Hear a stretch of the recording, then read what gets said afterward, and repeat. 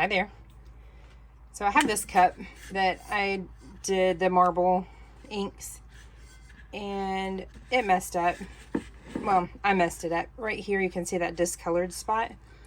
That is from the tack cloth I was using to get the dust off.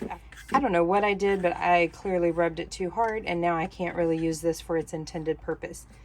So what I'm going to do is make this more of a peekaboo style now.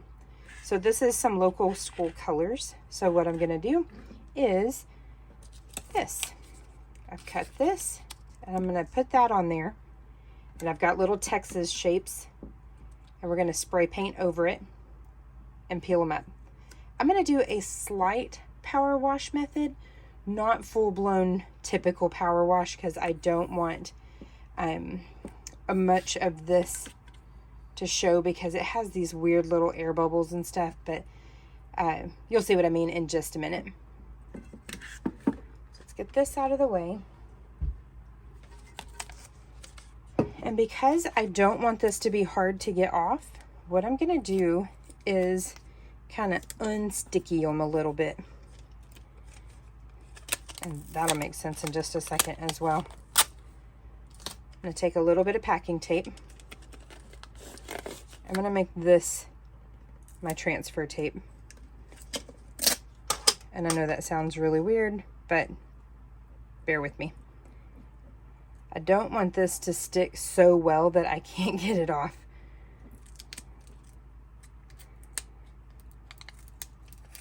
So we're going to do that right there. Oop.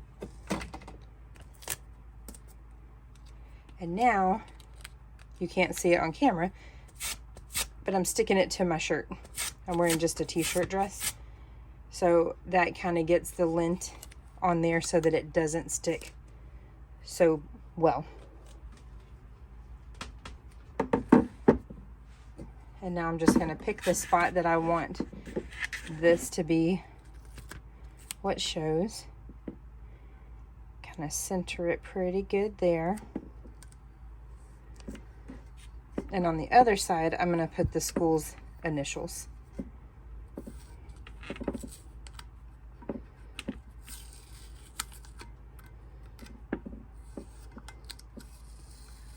Always be super careful. For that reason right there. Grr.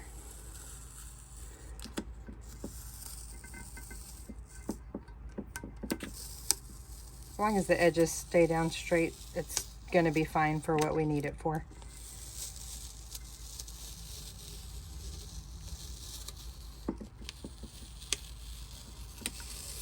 All right, we're going to do the same thing with the school initials and the little Texases. All right, so we've got this on here. We've got all of our decals where we want them. One on the bottom covering my little logo. I'm going to do a very light spray of this and then quickly coat the whole thing in this. All right, here we go.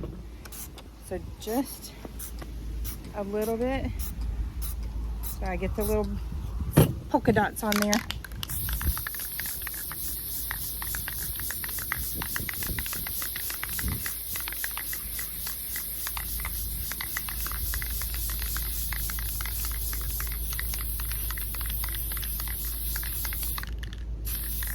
Okay, now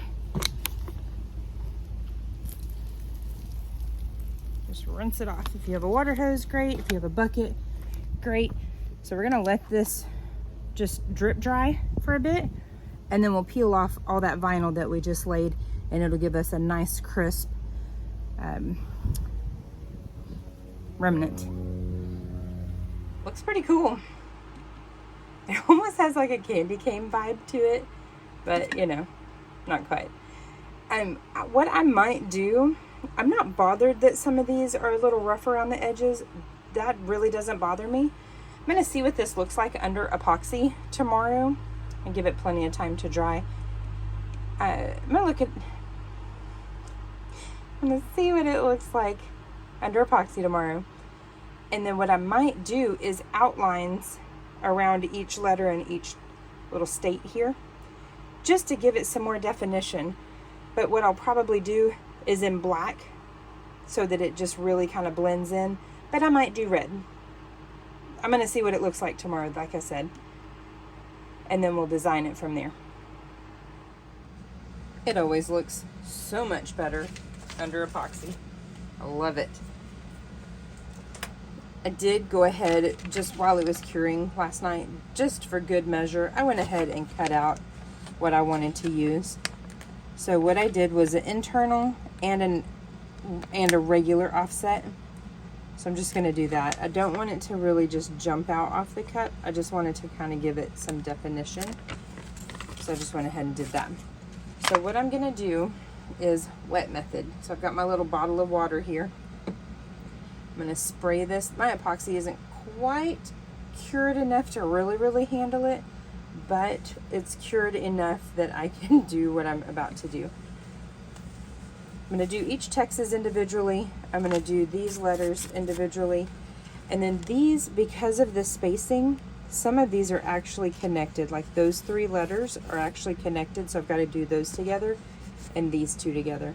You can kind of see those are cut where these don't have that dividing line.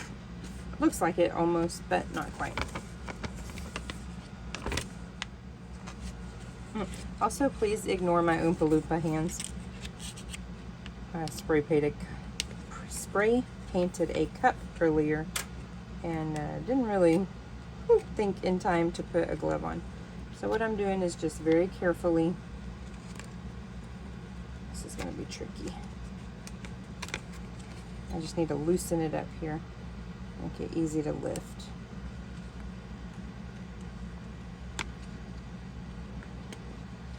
Once it's on that wet surface, it'll be a little easier to navigate. I'm going to do this one here since it needs the most definition. I'm debating putting the little Texases that came out of here kind of in the negative space, just almost like a tone on tone. I haven't decided yet. I might put one, see what it looks like, and then take it off if I don't like it. Yeah, I hate that I'm warping that, but that's okay.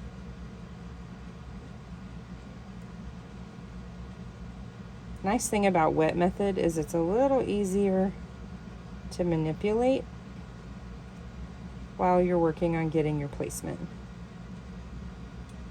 And it's definitely easier when something is more rigid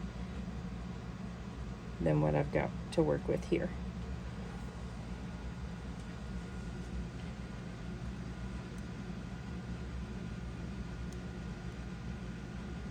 Theoretically, I should be able to just slide this around, but